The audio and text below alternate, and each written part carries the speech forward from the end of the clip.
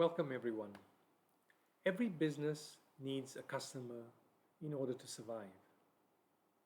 The more loyal and regular your customers are, the better you do. And in the hotel business, customer loyalty is a major factor to drive bookings. Now, I worked in a budget hotel group, so it wasn't the sort of fancy hotel where you walk in and somebody gives you a cold towel, a drink, and attends to you. That would have been nice, but that's really not our business. Our business was a budget hotel, and so we made a promise to the customer of a good night's sleep and a great shower. So, how did we deliver that? And who delivers this kind of service, right?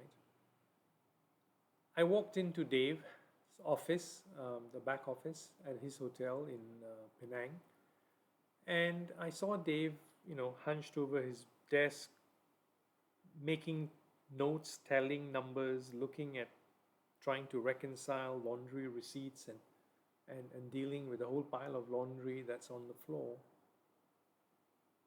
And I asked Dave, I said, so why are you doing this? And Dave is a really great guy, right? So he came to work for us from a four-star hotel. He understands what is a brand promise. He understands what's customer loyalty. He understands how to motivate people. But we had got him into a situation where he was told to manage costs. And that's what he was doing. He was saving money on not replacing sheets as often as they could, as often as it should be done. Rooms weren't getting painted. The lobby downstairs was a mess. We had gone for the cheapest outsourced contractor to clean the rooms. And so while we knew that we needed to build customer loyalty, we did not offer a great product or service, right? So you really had to be a fan to stay with us.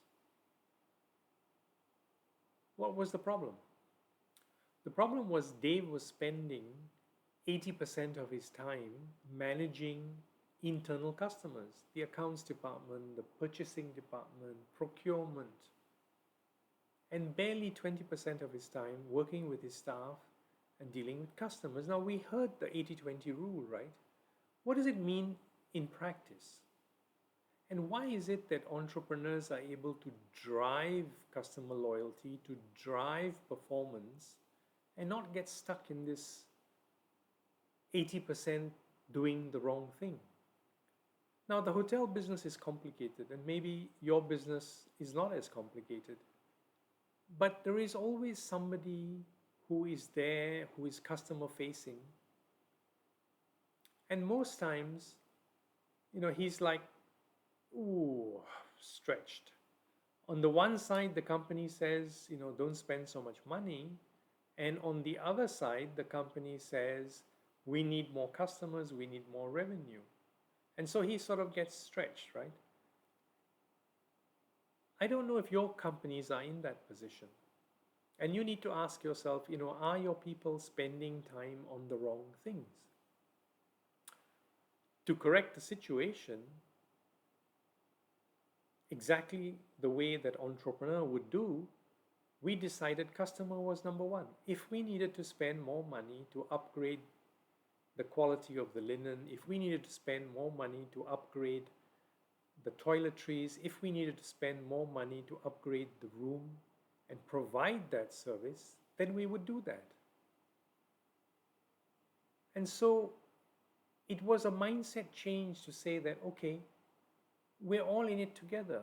And that's really the power of entrepreneurs, right? We are not looking at a situation where somebody says, oh, we have a great bed, so let's not worry about the quality of the sheets. Well, you can't sleep properly if the bed, the sheets are not crisp, not white, don't smell good, and there's noise outside the room, right? So companies tend to become very siloed. They say, okay, we promise you this, and this is all we're going to do. And then remember the guy, the manager who's pulled? And then we put this sort of guy in front of the customer, and then we tell him that we want great customer service. We want customer loyalty. And customer loyalty is really the one thing that entrepreneurs go after. They make sure customers are loyal. And the reason why entrepreneurs do this better is really a couple of things, right? So, in the case of the budget hotel, we had to get the organization out of Dave's way. We had to give him the resources to perform. And we had to support him and say that, yes, it's going to cost us money, but the $2 that we save is easily replaced if we get two customers more. The $1 that we save. So we had to get the back office people out of the way, and these are the people who look at, the last month's statement. Oh, you got to save money here, you got to save money here. These are not the people dealing with the customer. So entrepreneurs understand to build customer loyalty, it's not about training. It's not about the language that you speak. You have to get people fired up, and you have to get your organization out of the way. So we did not worry about, did the customer service people speak English well? We wanted them to feel for the customer and act for the customer. And again, that is something that entrepreneurs do very well. Entrepreneurs understand that if there's no customer, there is no revenue. If there's no revenue, there's no job, right? So if you want to drive customer loyalty, here's a couple of things that you need to look at. One is you need to get your people fired up about your product and your service. They need to be fans first. Now, in the budget hotel business, you have limited service, you have small rooms, you have no telephone, but you can still provide service at the customer desk, at reception, when you meet a guest. And so, if you can get your people fired up because they are on a cause, and in the budget hotel business, we found a cause. We found that we want people and we want to hire managers who believe that saving the environment, spending less money to build a hotel, to making sure that your air conditioning goes off when you walk out of the room. All these things conserve resources. They're environmentally friendly.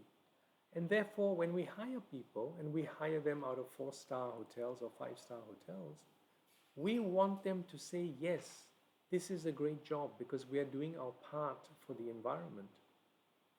And so that's called passion, right? And you recognize that from entrepreneurs. No matter what business you have, I challenge you to do this.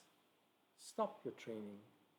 Stop all those things that are mechanical, that are transactional. Get down to the basics. Do you have fans? Are you proud of what you do? Are your people proud of what you do? If you have that, and that's how entrepreneurs start. If you have that, you have entrepreneurial power in your organization. You have a purpose. The second thing that entrepreneurs do is they put the customer first. You remember the 80-20 rule? Well, you want your people to spend 80% of their time dealing with the customer, not having to reconcile something or tally something. Now, maybe your business is not as complicated as a hotel business. Maybe it's simpler. But you still have people who are responsible for delivering customer service. If you get those people fired up, if you get those people to have a purpose, if you get those people to understand, just as any entrepreneurial organization manages to do, you will see the difference in performance. And at Tune, the other thing that we did was we told people that the better the job you do, the better your prospects of another job. Because people recognize people who do well. It's not just internally, but externally as well. So entrepreneurs are not afraid to promote their people, to allow their people some latitude, to allow their people to grow. And these are all elements of entrepreneurial management that really you need to put into your organization as a base before you start all those training programs and speak English and etc., right?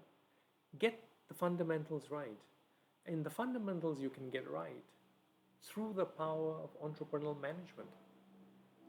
If you'd like to know more, call me. My name is Anwar Jumaboy.